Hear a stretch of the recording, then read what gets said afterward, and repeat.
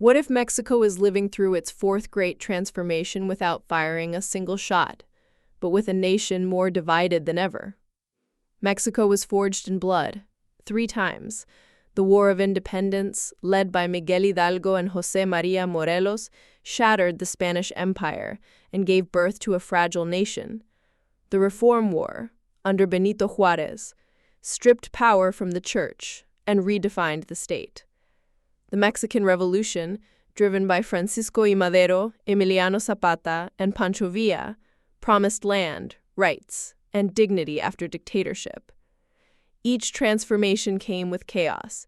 Each one redrew the rules of power forever. Then came something different. In 2018, Andrés Manuel López Obrador stood before millions and declared, Mexico was entering its fourth transformation. No armies, no gunfire, just votes. A revolution not of weapons, but of minds. The promise was simple and explosive. End corruption. Break the alliance between political power and economic elites. Return the country to the people. Under this vision, the state returned to the center of power. Companies like Pemex and CFE were no longer just businesses, but symbols of sovereignty. Massive social programs expanded, cash transfers, pensions, scholarships, reaching millions who had been invisible for decades. For supporters, this was justice long delayed, a correction to decades of neoliberal policies that enriched a few and abandoned the many. But not everyone sees a transformation. Opposition parties, business elites, and former power brokers argue something darker. They claim institutions are being weakened, independent regulators dismantled, power centralized around one movement, one narrative.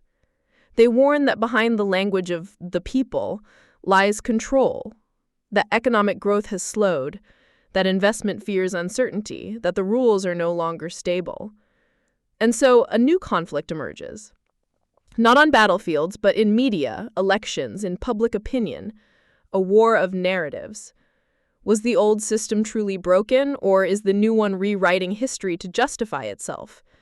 Because here is the uncomfortable truth.